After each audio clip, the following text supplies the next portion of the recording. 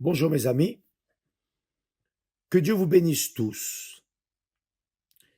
Et au nom du Seigneur Jésus-Christ, que le Saint-Esprit, l'Esprit qui a guidé le Seigneur Jésus toute sa vie, a ressuscité le Seigneur Jésus, qui est descendu le jour de Pentecôte et qui guide ses serviteurs d'aujourd'hui, vous guide également, mes amis.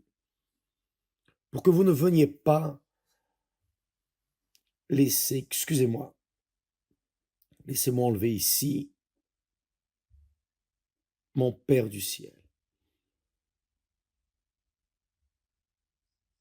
Je veux que vous sachiez la chose suivante. Ce que j'ai à dire, donnant suite à ce que nous parlions hier, est en relation à la foi. La foi. La foi qui atteint le royaume des cieux. Ce n'est pas la foi qui obtient le royaume du monde. Non. S'il vous plaît, faites bien attention pour que vous ne veniez pas appuyer votre foi dans la nuée de témoins. Ici, il est écrit, nous donc aussi, puisque nous sommes environnés d'une si grande nuée de témoins, quelle chose merveilleuse, des témoignages de résurrection, guérison d'aveugles, de paralytiques, des personnes au bord de la mort, des personnes qui avaient le cancer, qui ont été guéries, des merveilles, des merveilles, des merveilles, et beaucoup de merveilles, comme cela est apparu dans le passé, à l'époque de Moïse, l'eau qui est sortie du rocher, la mer qui s'est ouverte, les 10 plaies, la manne descendue du ciel, des miracles, des miracles, des miracles, des merveilles et des merveilles que Dieu a fait parmi nous. Ça, c'est la grande nuée de témoins dont beaucoup de personnes ont besoin. Beaucoup de personnes dépendent d'une guérison, d'une délivrance, d'un miracle de Dieu. Mais s'il vous plaît, au nom du Seigneur Jésus, je demande, pour l'amour du nom du Seigneur Jésus, n'appuyez pas votre foi intelligente sur le témoignage, sur ce que Dieu a fait, parce que Dieu a fait ce qu'il a fait parmi son peuple. Il a enlevé son peuple d'Égypte et passé par les eaux de la mer Rouge, et durant 40 années, il les a guidés dans le désert, et Dieu a fait des choses extraordinaires, magnifiques.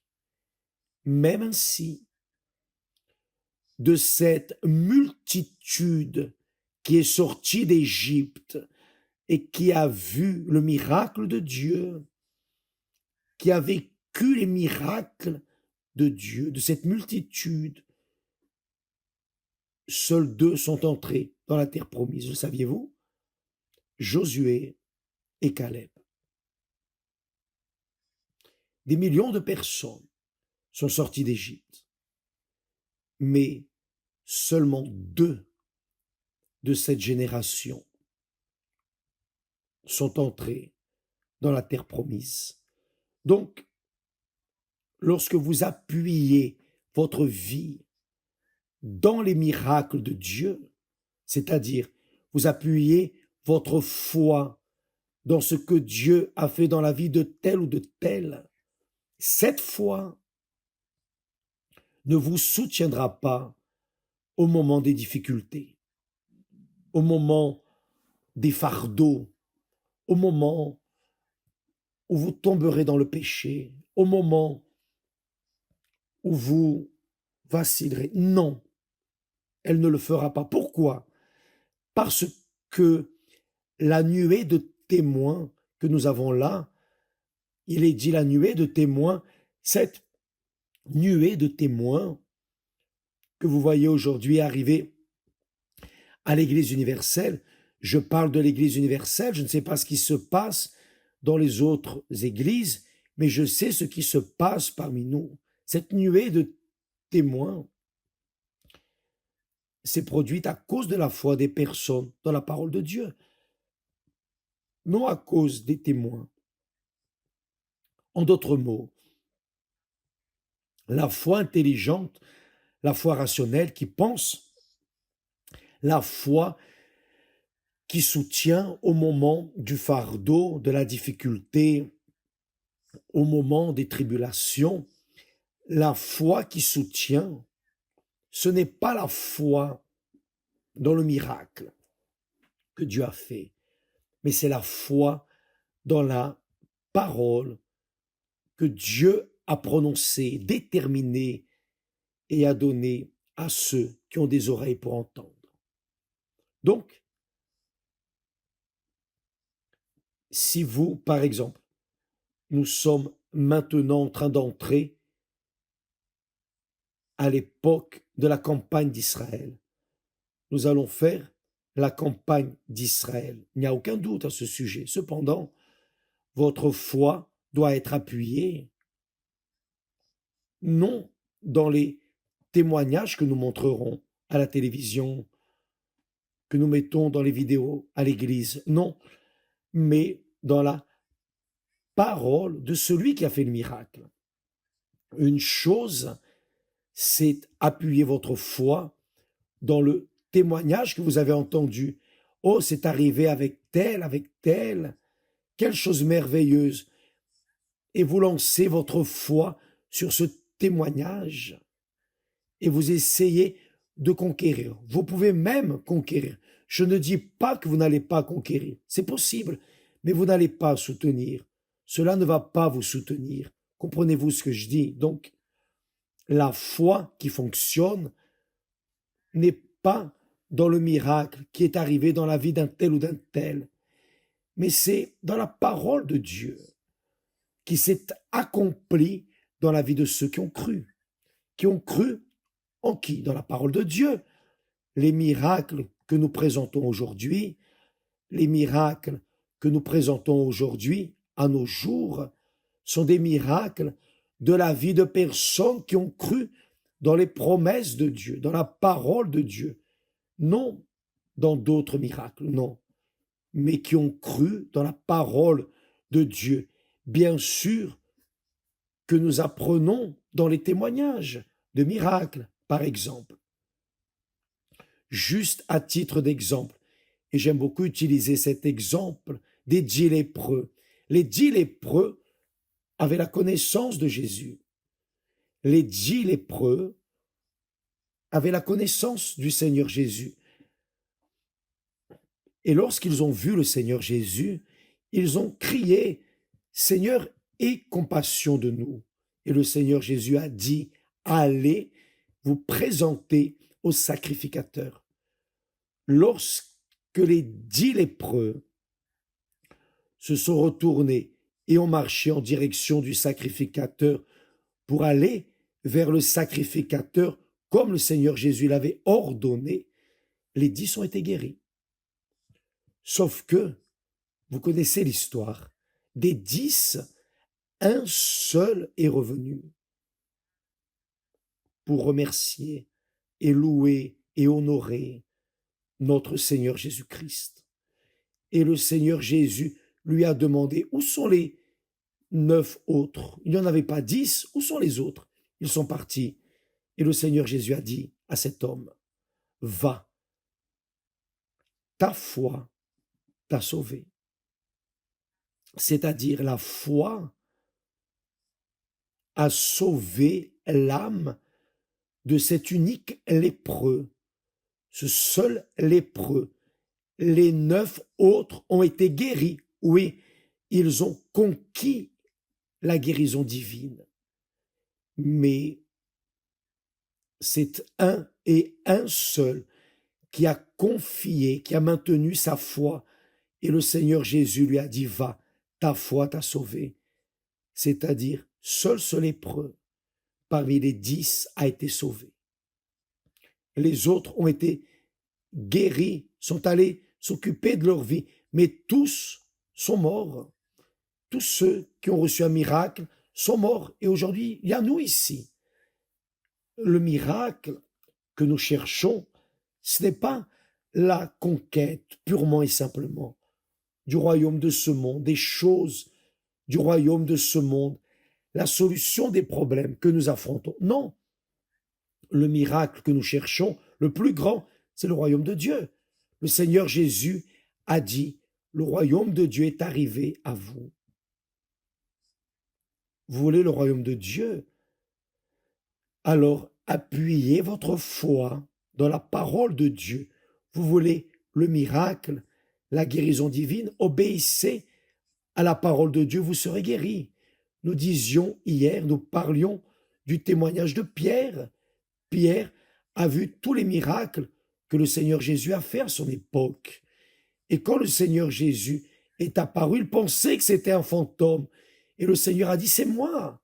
Pierre a dit, voyez ce que Pierre a dit, si c'est toi, Seigneur, ordonne que j'aille vers toi sur les eaux, que je marche aussi sur les eaux. Alors viens, juste cela. Et Pierre a obéi à la parole du Seigneur Jésus. Il a commencé à marcher sur les eaux. Sauf que sa foi était soutenue sur quoi? Juste sur le fait que Jésus a ordonné, je vais exaucer. Mais quand il a marché sur les eaux, il a senti le vent. Il a cessé de regarder Jésus et il a regardé les circonstances. Il a commencé à s'enfoncer. Et c'est ce qui arrive beaucoup, mais vraiment beaucoup, dans tout le travail de l'Église universelle. Les personnes se trompent avec le fait d'avoir été bénies en ceci, en cela, d'avoir prospéré, d'avoir été guéries, délivrées, les familles rachetées, restructurées, des personnes guéries de toutes sortes d'infirmités. Sauf que si ces personnes maintiennent leur foi dans le miracle, si elles sont appuyées dans cette foi des miracles, elles ne vont pas supporter au moment où le vent froid va frapper, elles vont s'enfoncer. Mais comment évêque? La foi, mes amis, ce n'est pas seulement pour prendre possession des bénédictions, mais c'est pour maintenir votre foi à jour pour la conquête du plus grand bien qui est le royaume des cieux. Le Seigneur Jésus a dit, le royaume des cieux est arrivé à vous. Les personnes profitent de la foi avec laquelle on conquiert, par exemple, le royaume des cieux, et elles veulent appliquer cette foi dans la conquête du royaume du monde. Elles utilisent la foi et conquièrent, mais à l'heure, au moment de la tribulation, au moment où les choses serrent, au moment de la difficulté, au moment de la tribulation, parce qu'elle vient pour tous. Elle vient sur tous. Et alors, ceux qui appuient ou ont appuyé leur foi sur le miracle, dans les bénédictions, dans le royaume de ce monde, perdent. Et ceux qui restent fermes, appuyant la foi juste dans la parole de Dieu, ceux-là restent vivants dans la conquête du royaume des cieux. Avez-vous compris, mes amis? Donc, beaucoup de mauvais pasteurs, c'est-à-dire des personnes qui n'ont même pas été délivrées, et malheureusement, à l'Église universelle, nous avons de mauvais pasteurs, et vous devez observer, le mauvais pasteur présente le miracle, seulement le miracle, et il parle de la foi dans le miracle. Il vous montre ce qui est attractif, attrayant, ce qui solutionne votre problème pour le moment. Mais il ne parle pas de la foi dans la parole de Dieu. Il parle de la foi dans le miracle, mais les pasteurs de Dieu, les hommes véritablement de Dieu, enseignent, chercher premièrement le royaume et la justice de Dieu, c'est-à-dire ils donnent priorité à la gouvernance du Seigneur Jésus, le Saint-Esprit. Écoutez leurs paroles, obéissez à leurs paroles, suivez leur orientation. Là oui, toutes les autres choses vous seront ajoutées, y compris le royaume des cieux. Comprenez-vous, mes amis? Je sais, j'ai la certitude que beaucoup de personnes qui m'écoutent en cet instant ont été victimes de mauvais pasteurs qui ont focalisé le témoignage, ont exalté le miracle et ont laissé la parole de Dieu de côté. Et qu'est-ce qui est le plus attrayant? Le plus attrayant, ce n'est pas « Oh, vous devez marcher dans la parole de Dieu, marcher en accord avec la parole de Dieu ». Le plus attrayant, ce sont les miracles, les conquêtes matérielles, les miracles, les guérisons. J'ai conquis ceci, cela, etc., etc. Donc, les personnes restent évidemment plus tournées vers le royaume de ce monde et elles laissent le royaume de Dieu de côté. C'est ce que le diable veut. Le diable veut précisément cela, que les personnes focalisent la foi dans le royaume de ce monde, profitent de la foi dans la parole de Dieu pour conquérir le royaume du monde. Mais elles laissent le royaume de Dieu de côté, le royaume des cieux de côté. Et là, vous voyez beaucoup d'ex-pasteurs, ex-évêques, ex-épouses de pasteurs, beaucoup prostrés par terre au bord du chemin. Vous voyez de mauvais témoignages, mais tels étaient tellement utilisés par Dieu. Oh, le pasteur tel, l'évêque tel m'ont aidé et maintenant ils sont par terre. Que vais-je faire? Les personnes restent perdues, désorientées. Pourquoi? Car elles ont appuyé la foi dans les miracles et non dans la parole de Dieu.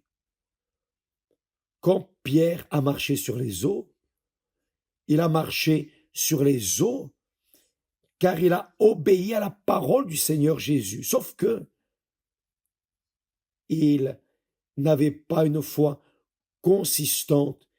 Et nous allons voir cela quand le Seigneur Jésus a été emprisonné. Il a renié le Seigneur Jésus 3 fois avant que le coq ne chante. Pierre a vu tous les miracles que Jésus avait faits, mais au moment où est venue la brise, la petite brise, il s'est noyé, enfoncé, car il a plus prêté attention aux circonstances qu'à ce que Jésus avait dit. Le Seigneur Jésus lui a dit, viens, il est allé, il a marché. Mais les circonstances, les fardeaux ont fait Pierre s'enfoncer. Et miséricorde, le Seigneur Jésus a tendu la main et l'a sauvé. Donc mes amis, lorsque nous traitons de foi intelligente, rationnelle, c'est la foi qui conquiert le royaume des cieux. Pensez bien, Dieu ne nous donne pas la foi pour conquérir ce monde, car il a dit, à quoi bon gagner le monde entier et perdre l'âme? À quoi bon? À quoi bon avoir la foi de conquérir le monde entier et de perdre votre âme? Ça ne sert à rien. Donc, la foi qui fonctionne, qui véritablement vous maintient dans la foi, c'est la foi dans la parole de Dieu. C'est la confiance dans la parole de Dieu. C'est croire que ce qui est écrit se produit. Se produit pour ceux qui croient, pour ceux qui obéissent, pour ceux qui suivent. Ça, c'est la foi avec intelligence. Avez-vous compris, mes amis? J'aimerais que le Saint-Esprit vous explique. J'aimerais que tous comprennent. Parce que malheureusement, malheureusement, les mauvais témoins, les tristes témoins que nous avons à l'Église universelle sont nombreux.